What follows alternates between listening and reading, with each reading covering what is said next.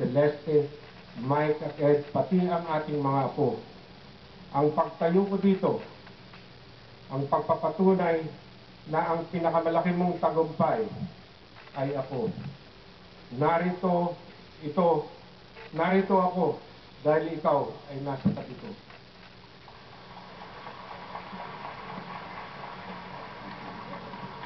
July 30, 1979 nang unang umere ang Itbulaga sa telebisyon.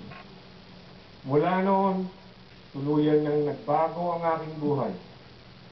Hangad ko na sana biyayaan pa ako ng Panginoon na patuloy pang makapagsilbi sa industriyang ito na naging napakabuti sa akin. Nang ako'y magsimula sa telebisyon, wala po akong napakataas na pangarap.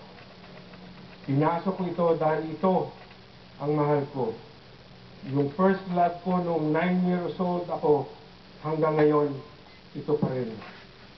Ang pagmamahal na ito, ang patuloy na nagpapalakas sa akin.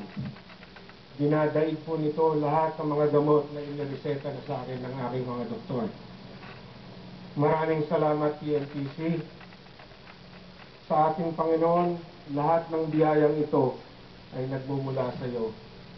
Magandang gabi po sa inyong lahat. Mabuhay kayong lahat.